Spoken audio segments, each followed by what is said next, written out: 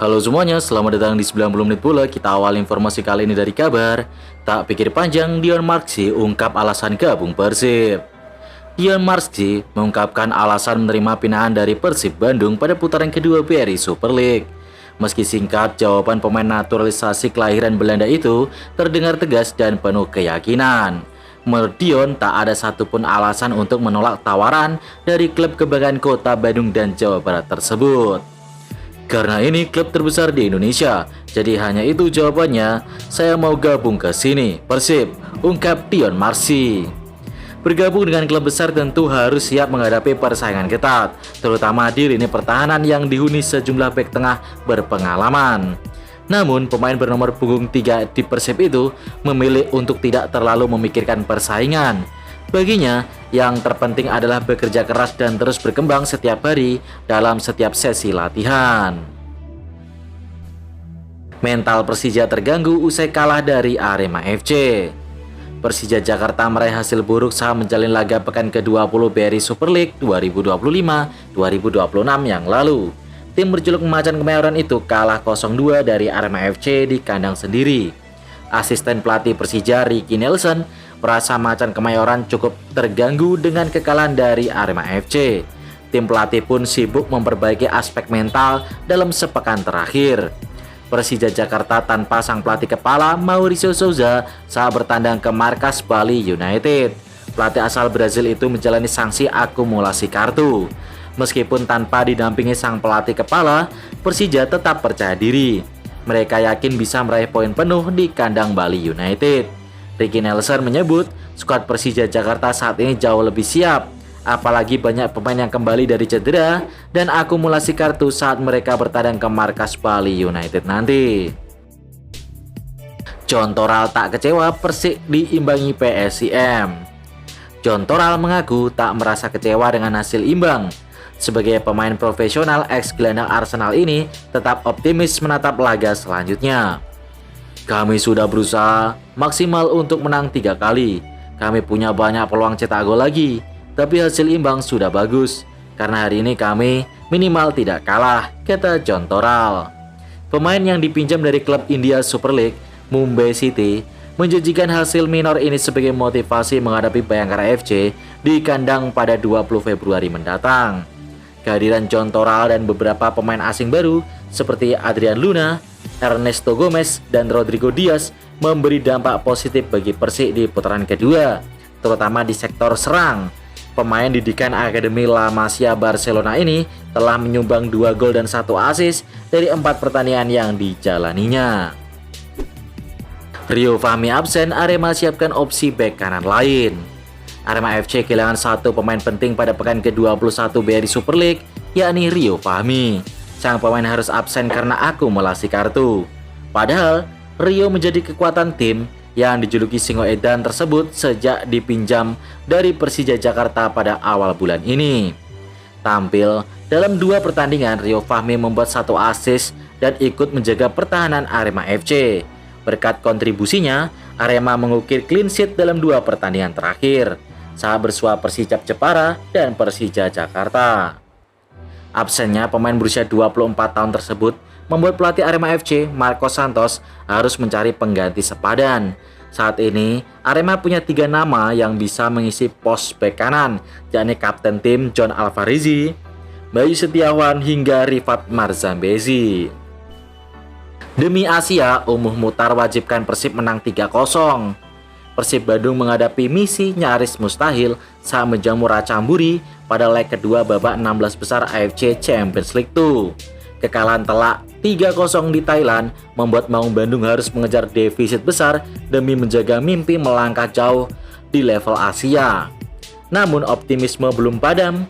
Bermain di Stadion GBLA Kota Bandung pada Rabu 18 Februari mendatang, Persib diyakini punya peluang membalikan keadaan.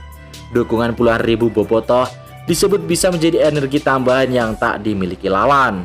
Komisaris PT Persib Bandung bermartabat Umuh Mutar menyadari beratnya tantangan ini, tetapi bagi pria yang juga menjabat manajer tim tersebut, sepak bola selalu menyisakan ruang untuk kejutan. Bermain di kandang sendiri harus lebih semangat, lebih tinggi lagi. Kita harus hati-hati jangan sampai kalah, Jangan sampai draw, harus menang di atas 3-0, kata Wak Haji Umu. Akui hatinya masih di Eropa, Mauro ungkap alasan ke Persija. Striker timnas Indonesia Mauro Zislistra akhirnya ungkap alasan kenapa dirinya yang masih potensi di Eropa justru gabung klub Super League Persija Jakarta. Mauro Zislistra menuturkan beberapa sebab yang membuat dirinya memilih Persija. Salah satunya adalah kepercayaan besar yang diberikan oleh klub. Mauro Zislistra mengakui bahwa awalnya dia masih ingin melanjutkan karir di Eropa, namun kepercayaan besar dari Persija yang membuatnya berubah pikiran. Tidak hanya itu, kontrak jangka panjang yang diberikan Persija kepadanya selama 2,5 tahun juga membuat Mauro Zislistra untuk sementara pergi dari Eropa. Saya bersama agen tentu mencari peluang di Eropa karena sebelumnya saya bermain di sana, kata Zislistra diungkip dari laman resmi Persija. Tetapi Persija memberikan tawaran kepada saya dan itu juga kontrak jangka panjang 2,5 tahun. Jadi bagi saya ada kepercayaan besar dari klub kepada saya dan saya sangat senang. Lanjut, pemain timnas Indonesia itu menambahkan. Maluku United jadi tim tergacor hingga pekan ke-21. Maluku United tampil dominan saat menjamu Persija Jepara pada pekan ke-21. Tim tuan rumah sukses mengamankan kemenangan telak 4-0 sekaligus menunjukkan performa yang sangat meyakinkan di hadapan pendukungnya. Hingga jadwal pekan ke-21, Maluku United menempati posisi keempat klasemen sementara dengan koleksi 40 poin. Namun, bukan hanya soal perolehan angka saja, tim ini juga tampil sebagai salah satu tim paling produktif. Mereka telah mencetak 42 gol dan baru kebobolan 23 kali, sebuah catatan sebagai klub di Liga 1 saat ini dengan total gol terbanyak. Dibandingkan dengan klub papan atas klasemen Super League lainnya seperti Persib Bandung 31 gol, Borneo FC 36 gol, dan Persija Jakarta 36 gol. Striker andalan David da Silva menjadi mesin gol utama dengan torehan 10 gol. Sementara Ciro Alves juga memberikan kontribusi besar dengan koleksi 9 gol hingga pekan ke-21. Penuh kontroversi, PSS Sleman kembali ke puncak klasemen. PSS Sleman meraih kemenangan perdana pada putaran ketiga Pegadaian Championship usai menundukkan Deltras FC dengan skor 3-1. Laga sempat terhenti pada menit ke-34 akibat insiden pelanggaran yang melibatkan Injai.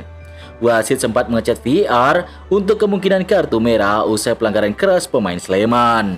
Namun keputusan akhir tetap kartu kuning. Hingga turun minum, skor kacamata 0-0 tak berubah. Barulah di babak kedua PSS mencetak gol duluan lewat pemain yang tadi melakukan pelanggaran. Singkat cerita, skor menjadi 2-1. Lalu pada masa injury time, tepatnya menit ke-90+8, PSS justru menambah gol saat kiper Destras maju membantu serangan sepak pojok. Bola berhasil diamankan pemain PSS.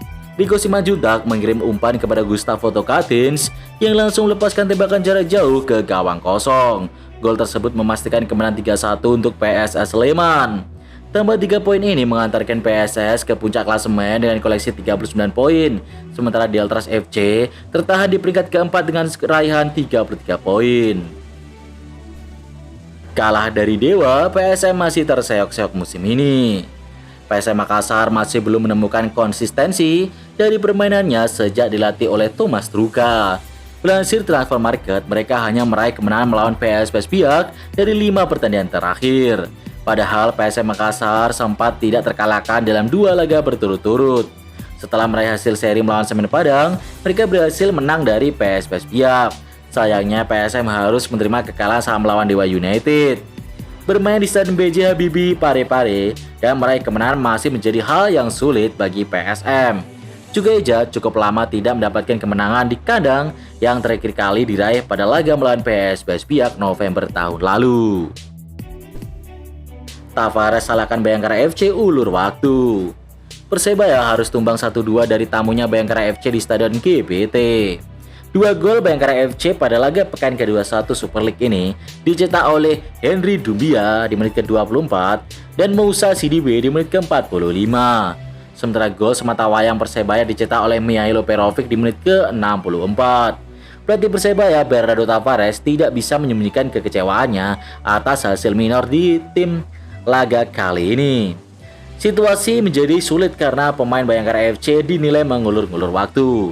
Meski wasit sudah memberikan beberapa kartu kuning terhadap pemain yang coba membuang waktu, ia menilai tambahan waktu 5 menit terlalu sedikit. Gagal menang, ia menyampaikan maaf pada Bonek dan Bonita yang sudah hadir memberikan dukungan langsung ke stadion. Bonek gelisah kontrak Bruno, pemain emosi saat diganti. Bonek terlihat gelisah dengan unggahan Bruno Moreira di sosial media. Kapten Persebaya Surabaya tersebut mengunggah video skillnya saat masih bermain di Akademi Santos FC. Unggahan video tersebut justru membuat Bonek merasa gelisah. Hal tersebut disebabkan karena kontrak Bruno yang pada bulan April tahun ini akan habis dan belum ada tanda-tanda diperpanjang. Selain komentar dari Bonek, ada komentar pujian dari Presiden Borneo FC Nabil Hussein. Top level izin, tulis komentar dari dirinya yang mengakui kualitas dari Bruno. Melihat komentar itu, Bonek memberikan balasan agar Nabil Hussein tidak melakukan pendekatan ke Bruno Moreira. Sementara itu, saat pertandingan melawan Bayangkara FC, Bruno menunjukkan ketidakpuasan saat diganti Bernardo Tavares. Bruno tampak menunjukkan gestur emosi sebelum duduk di bench pemain. Bahkan sang pemain tak menjabat tangan Bernardo Tavares saat diganti. Selanjutnya kita ke hasil BRI Super League dan klasemen sementara. Arema FC pesta gol ke gawang Semen Padang dengan skor 3-0. Vinicius mencetak 2 gol di laga ini dan Gustavo Franca bermain sangat bagus. Sementara itu Persija Jakarta berhasil menang juga tipis 0-1 dari tuan rumah Bali United lewat gol tunggal Gustavo di awal-awal laga. Dan berikutnya klasemen sementara. Persib masih di puncak klasemen diikuti Borneo FC, tapi Persija menempel ketat maksudnya. Poinnya hanya selisih 3 poin saja. Tapi Persib dan Borneo FC masih belum main ya. Dan Arema ada di nomor 8. Beralih ke zona papan bawah, Bali United ada di nomor 10 diikuti Dewa United, Persik Kediri, PSM Makassar, Madura United, PS Biak, dan di zona degradasi masih belum ada perubahan, masih ada Semen Padang, Persijap Jepara, dan Persis Solo. Lanjut kita bahas hasil Liga 2. Persipura Jayapura pesta gol ke gawang Barito Putra. PSIS Semarang diimbangi Persela Lamongan, sementara itu Kendal Tornado menang 4-0 atas Persipal Palu. Persiba bermain 0-0 melawan Persiku Kudus. Dan berikut klasemen Liga 2 Wilayah Timur atau Pegadian Championship ya. Persipura Jayapura di puncak klasemen, poinnya sama dengan Barito Putra, diikuti PSS Sleman, Delta Sidoarjo, Kendal Tornado, dan Persela Lamongan juga Persiku Kudus, 8 Persiba Balikpapan, 9 PSS Semarang, dan 10 Persipal Palu.